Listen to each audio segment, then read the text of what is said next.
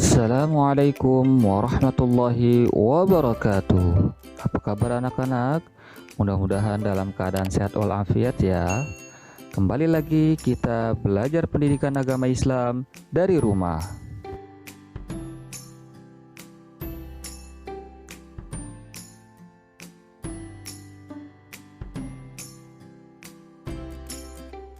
Pada kesempatan kali ini kita akan belajar pelajaran 12 tentang kisah keteladanan Nabi Ibrahim alaihissalam dan Nabi Ismail alaihissalam dengan subtema kisah keteladanan Nabi Ismail alaihissalam. Baik anak-anakku sekalian, sebelum kita mulai belajar, jangan lupa berdoa terlebih dahulu ya, agar kita diberikan keberkahan dan kemudahan dalam menerima ilmu. Berdoa dimulai. Bismillahirrahmanirrahim. Raditu billahi rabba wa bil islami dina wa bi Muhammadin nabiyya wa rasula. Rabbi zidni ilma warzuqni fahma. Amin. Baik anak-anakku yang saleh dan salihah, setelah berdakwah di Babilonia dan beberapa lama tinggal di Mesir, Nabi Ibrahim alaihissalam bermaksud pindah ke Palestina bersama istrinya. Karena lama tidak memiliki anak, kemudian beliau berdoa kepada Allah Subhanahu wa Ta'ala agar dikaruniai anak yang soleh. Berkat doa itu, Ibrahim dikaruniai seorang anak laki-laki bernama Ismail. Ibu Nabi Ismail alaihissalam bernama Hajar. Baik anak-anakku yang saleh dan salihah, dengan bertawakal kepada Allah Subhanahu wa Ta'ala, Nabi Ibrahim alaihissalam meninggalkan rumah membawa Hajar dan Ismail tanpa tempat tujuan yang tertentu. Ia hanya berserah diri kepada Allah Subhanahu wa Ta'ala yang akan memberi arah kepada binatang tunggangannya. Setelah berminggu-minggu berada dalam perjalanan jauh, tibalah pada akhirnya Nabi Ibrahim alaihissalam bersama istri dan anaknya Ismail di Mekah. Di kota itu, Ka'bah didirikan oleh Nabi Ibrahim dan Nabi Ismail alaihissalam dan menjadi kiblat manusia dari seluruh dunia. Di tempat itu, Masjidil Haram sekarang berada. Baik anak-anakku yang saleh dan salihah, lelah masih belum hilang. Perintah Allah Subhanahu wa Ta'ala sudah datang kepada Nabi Ibrahim alaihissalam di Mekah. Hajar dan Ismail harus ditinggalkan. Padahal tempat itu sangat gersang, tak ada air dan tanaman yang subur. Nabi Ibrahim alaihissalam mengatakan kepada istrinya bahwa ini adalah kehendak Allah Subhanahu wa Ta'ala dan harus bertawakal kepadanya. Hajar berkata, "Kemanakah engkau akan pergi? Apakah Allah yang menyuruhmu melakukan hal ini?" Nabi Ibrahim alaihissalam menjawab, "Benar, Allah lah yang menyuruh kita ke sini. Percayalah, Allah Maha Penyayang, tidak mungkin melantarkan kalian." Baik anak-anakku yang saleh dan salihah, Hajar mematuhi perintah Ibrahim dengan sabar.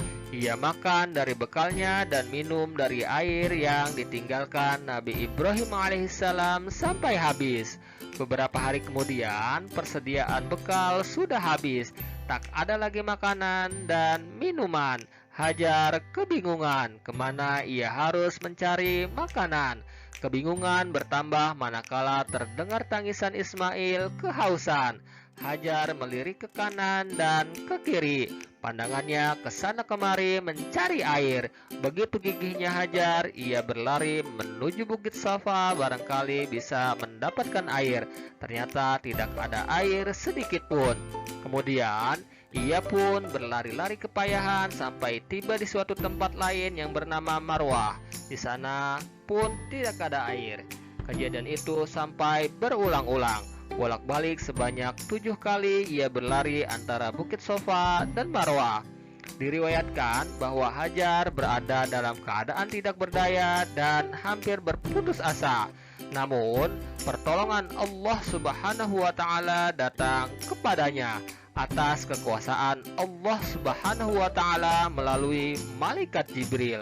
Keluarlah mata air Zam-Zam. Air itu dapat memenuhi keperluannya sehari-hari. Baik anak-anakku yang salih dan salihah, Nabi Ismail alaihissalam adalah anak yang patuh dan taat pada perintah Allah Subhanahu wa Ta'ala serta hormat kepada orang tuanya. Ketaatan dan kepatuhan Nabi Ismail alaihissalam diuji oleh Allah Subhanahu wa Ta'ala ketika Nabi Ismail alaihissalam menginjak usia remaja. Nabi Ibrahim alaihissalam dan Hajar diuji oleh Allah Subhanahu wa Ta'ala. Peristiwa ini dijelaskan dalam Al-Quran surat As-Saffat ayat 102 sampai 111, yaitu yang artinya, maka tatkala anak itu sampai pada umur sanggup berusaha bersama-sama Ibrahim, Ibrahim berkata, "Hai anakku, sesungguhnya aku melihat dalam mimpi bahwa aku menyembelihmu. Maka pikirkanlah apa pendapatmu." Ia menjawab, "Hai bapakku, kerjakanlah apa yang diperintahkan kepadamu. Insya Allah kamu akan mendapatiku termasuk orang-orang yang sabar." Tatkala keduanya telah berserah diri dan Ibrahim membaringkan anaknya atas pelipisnya, nyatalah kesabaran keduanya. Dan kami panggillah dia, "Hai Ibrahim, sesungguhnya kamu telah membenarkan mimpi itu. Sesungguhnya demikianlah kami memberi balasan kepada orang-orang yang berbuat baik. Sesungguhnya ini benar-benar suatu ujian yang nyata." Dan kami tebus anak itu dengan seekor sembelihan yang besar. Sesudah nyata kesabaran dan ketaatan Ibrahim dan Ismail alaihissalam, maka Allah Subhanahu wa Ta'ala melarang menyembelih Ismail dan untuk meneruskan kurban. Allah Subhanahu wa Ta'ala menggantinya dengan seekor kambing.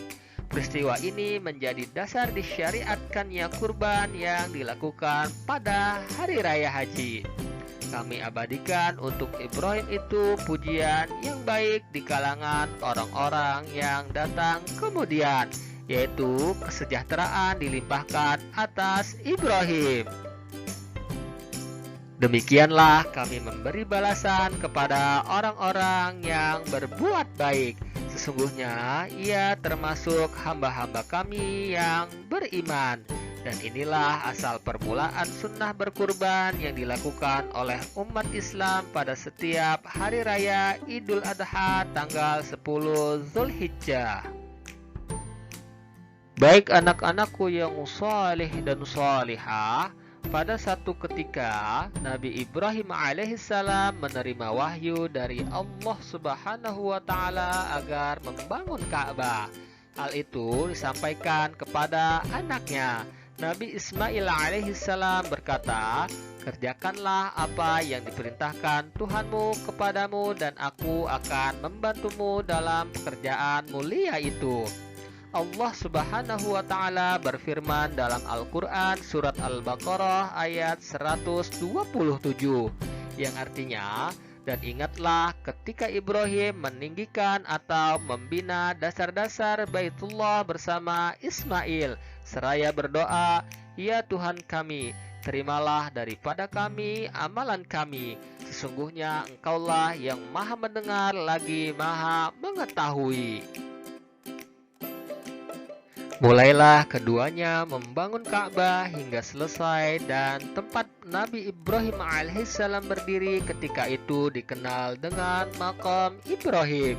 Kemudian Allah Subhanahu wa Ta'ala memberi wasiat kepada Nabi Ibrahim alaihissalam dan Nabi Ismail alaihissalam untuk membersihkan Ka'bah dari kotoran. perbuatan syirik dan penyembahan berhala untuk orang-orang yang tawaf, yang i'tikaf, yang ruku, dan yang sujud. Sikapku, aku selalu bersungguh-sungguh mengerjakan perbuatan baik karena Allah Subhanahu wa Ta'ala. Sikapku, aku selalu bersungguh-sungguh mengerjakan perbuatan baik karena Allah Subhanahu wa Ta'ala.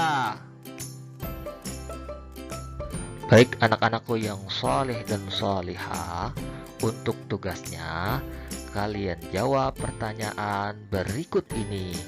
Kemudian kalian salin pertanyaannya dan kalian tulis jawabannya di buku tulis kalian.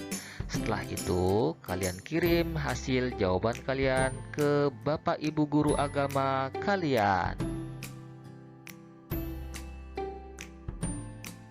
Oke, cukup sekian pembelajaran pada pertemuan kali ini.